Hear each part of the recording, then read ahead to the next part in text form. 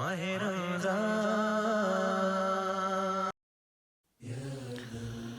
اعوذ باللہ من الشیطان اللعین الرجیم، بسم اللہ الرحمن الرحیم، وبہ نستعین وہو خیر ناصر و معین۔ ربی اشرح لی صدری امری واحلل عقدۃ من لسانی یفقہوا قولی۔ بسم اللہ الرحمن الرحیم، یا ایہا الذین آمنوا کتب علیکم الصیام کما کتب علی الذین من قبلکم لعلکم تتقون۔ اللہم صلی علی محمد و آل محمد۔ ناظرین محترم، ہم فضائل قرآن بیان کر رہے تھے۔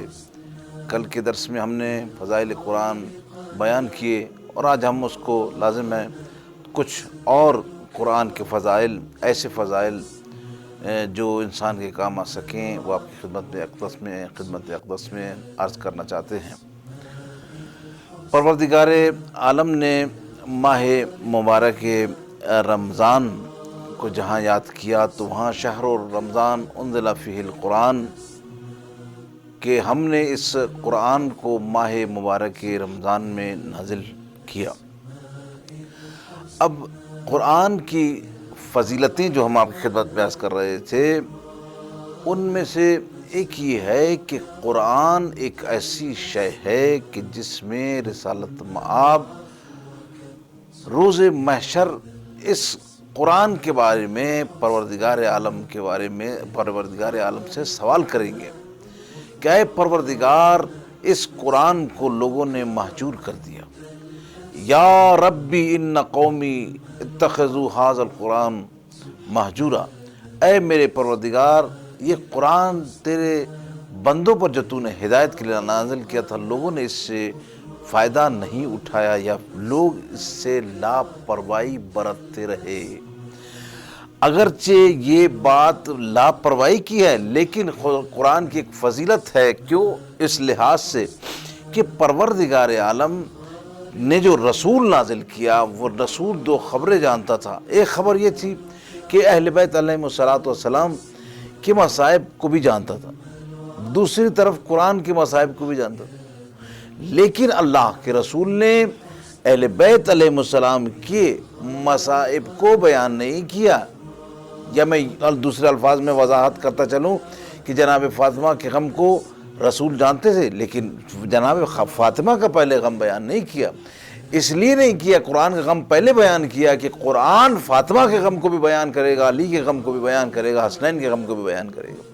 تو یہ قرآن کی فضیلت ہوئی کہ قرآن پروردگار عالم نے جو اپنے رسول کو پر نازل کیا، اس میں ایسی فضیلت ہے کہ رسالت مآب اسے روز محشر لوگوں کے سامنے خدا کے سامنے پیش کریں گے اور کہیں گے کہ پروردگار، اس قرآن سے لاپرواہی برتی گئی۔ یہ قرآن جتنا بھی ہم اسے پڑھ لیں، اس میں سے ہر آیت میں سے ایک نئی بات نکلتی ہے۔ اسی کو دیکھیے، یا ربی ان قوم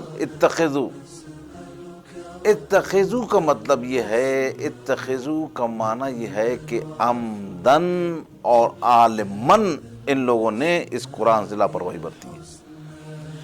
اگر یہ سہون ہوتا تو قرآن اس کو ذکر نہ کرتا۔ ان ربی ان قوم اتخذوا ھذا القرآن مہجورا۔ عزیزو، آج کا معاشرہ اگر مادی لحاظ سے دیکھیں تو روزگار کے پیچھے لگا ہوا ہے، کسی طرح سے بھی پیسہ آنا چاہیے۔ بعض اس درجے پر پہنچ چکے ہیں کہ چاہے حلال ہو یا حرام، گھر میں پیسہ آنا چاہیے۔ تو پروردگار عالم نے ایسی چیزیں عطا کی ہیں، ان میں سے ایک یہ قرآن ہے کہ پروردگار عالم نے انسان کو انسان بننے کے لیے، یعنی کامل ہونے کے لیے، جب مانوی طور پر قرآن کا سہارا لینے کو کہا ہے، وہاں مادی طور پر بھی قرآن کا سہارا لینے کو کہا ہے۔ یعنی ہماری روزی کا دار و مدار اس قرآن پر ہے۔ قرآن نے کیا کہا؟ قرآن نے کہا نحنو نزلنا الذکر، ہم نے اس ذکر کو نازل کیا۔ یعنی قرآن لقب ذکر ہے، ہم نے اس قرآن کو نازل کیا، ہم نے اس ذکر کو اگر ہم ظاہری معنی بھی لیں تو ظاہری معنی بھی یہ ہے کہ ہم نے اس قرآن کو نازل کیا، اس قرآن سے وابستہ رہو، یعنی وَمَنْ أَعْرِضْ عَنْ وَالذِّكْرِ فَلَهُ مَعِيشَةٌ ضَنْكَ، جو میرے ذکر کو چھوڑ دیتا ہے تو وہ معیشت میں پیچھے رہ جاتا ہے، وہ اپنے بدحالی میں سب سے آگے نکل جاتا ہے، وہ ایسی تنگ دستی میں سب سے آگے بڑھ جاتا ہے، کیوں؟ اس نے ذکر کو چھوڑا ہے، یعنی قرآن کو چھوڑا ہے۔ ابھی میں تفسیر میں نہیں جا رہا کہ اس سے مراد کیا ہے، تفسیر کیا کہتی ہے، میں ظاہری ایک معنی لے رہا ہوں کہ اگر ہم قرآن کو ذکر مراد بھی لیں، قرآن کی ایک فضیلت یہ ہے کہ قرآن ہمیں روزگار مہیا کرتا ہے، روزی مہیا کرتا ہے، روزی حلال مہیا کرتا ہے، یعنی قرآن کی یہ فضیلت ہے کہ روزی کے لیے پروردگار عالم نے قرآن کو سبب بنایا، اس کو ذکر بنایا۔ اور یہی کتاب ایک ایسی کتاب ہے کہ اس کی کتاب کے لیے کہا گیا خذ الکتاب بقوت، اس کتاب کو قوت کے ساتھ پکڑو، کیوں؟ اس لیے قوت کے ساتھ پکڑو کہ اس کتاب میں ہر شے تمہارے لیے رکھی گئی ہے، ہر چیز جس سے تم فائدہ اٹھا سکتے ہو رکھی گئی ہے۔ اسی قرآن کو قرآن عظیم بھی کہا، اسی قرآن کو قرآن کریم بھی کہا، اسی قرآن کو قرآن مجید بھی کہا گیا۔ تو بتائیے کیا ہم نے اس قرآن کی عظمت جو کہ قرآن عظیم کہا گیا، ہم نے اس کی عظمت کی پرواہ کی؟ قرآن کریم کہا گیا، ہم نے اس کے کریم ہونے کی پرواہ کی؟ قرآن مجید کہا، ہم نے اس کے مجید ہونے کی پرواہ کی کہ یہ پروردگار عالم نے قرآن عظیم، قرآن کریم، قرآن مجید ہمیں دیا، ہم اس سے بالکل بہرابر، بالکل ہم اس سے لاپرواہ ہو گئے۔ امام رضا علیہ السلام تفسیر نور میں اس آیت کے ذیل میں، کس آیت کے ذیل میں؟ اس آیت کے ذیل میں فرماتے ہیں کہ جب لوگوں سے پوچھا کہ یا امام رضا، رسالت مآب کی حدیث ہے کہ رسالت مآب قرآن کو پیش کریں گے پروردگار کے سامنے کہ اس سے لاپرواہی کی گئی، تو اس کی وجہ کیا رہی کہ خدا نے اس سے لاپرواہی، یعنی قرآن کی لاپرواہی کو دور کر سکیں لوگ، قرآن کے نزدیک ہو سکیں لوگ۔ امام رضا سے لوگوں نے سوال کیا کہ مولا کیا کریں کہ اس چیز سے ہم دور ہو سکیں کہ قرآن مہجور نہ کہلائے، یا کم از کم ہم ایسے نہ کہلائیں کہ ہم نے قرآن کو چھوڑ دیا۔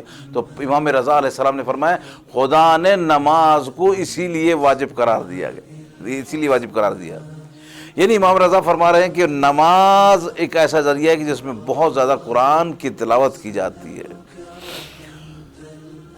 ناظرین محترم، قرآن کو دیکھیے، قرآن نے ہر شے کو، اگر روزی ہے تو روزی کو کم و زیادہ کرنے کا قرآن نے اپنے اندر، اپنے لیے، اپنے آپ میں واسطہ قرار دینے کو کہا ہے، اور کہا کہ مجھ سے سہارا لو، مجھ سے مدد مانگو، میں قرآن اس چیز کو تمہاری روزی کو بڑھانے کے لیے تیار ہوں۔ لئن شکرتم لازیدنکم، سورہ ابراہیم کی 7ویں آیت، اگر تم نے شکران نعمت کیا تو ہم ہر آئینہ بڑھائیں گے۔ خدا نے شکران نعمت کی آیت نازل کر کے بتایا کہ ہم ہر وہ نعمت جس کے پاس، جس کے لیے تم کہہ رہے ہو، ہم اس میں اضافہ کر دیں گے اگر تم شکر کرتے رہے۔ وَإِن كَفَرْتُمْ، اگر تم نے کفران نعمت کیا، إِنَّ عَذَابِي لَشَدِيدٌ، پھر میرا عذاب شدید ہے۔ فَاذْكُرُونِي أَذْكُرْكُمْ، سورہ بقرہ کی آیت نمبر 152 میں ارشاد رب العزت ہو رہا ہے کہ تم میرا ذکر کرو، میں تمہارا ذکر کروں۔ تو قرآن ذریعہ بنا اللہ کا ذکر کرنے کا، اللہ کی طرف مائل ہونے کا۔ اور قرآن نے ایک اور طرف اشارہ کیا، وَمَا كَانَ اللَّهُ مُعَذِّبَهُمْ وَهُمْ يَسْتَغْفِرُونَ، سورہ انفال کی 33ویں آیت ہے، اور قرآن اس طرف اشارہ کر رہا ہے کہ خدا ان پر عذاب نازل نہیں کرتا جو استغفار کرتے ہیں۔ استغفار قرآن نے بتایا یہ قرآن کی فضیلت ہے کہ قرآن نے ہمیں بتایا کہ استغفار اللہ ان لوگوں پر کوئی بھی عذاب نازل نہیں کرتا جو مسلسل استغفار کرتے ہیں۔ اور آخر میں ادعونی استجب لکم، یعنی پروردگار عالم نے سورہ مومن کی 66ویں آیت میں ارشاد فرمایا کہ ادعونی، تم مجھ سے مانگو جو چاہے مانگو، میں تمہاری دعاؤں کو مستجاب کرنے والا ہوں۔ یہ کس نے ہمیں بتایا؟ یہ قرآن نے ہمیں بتایا۔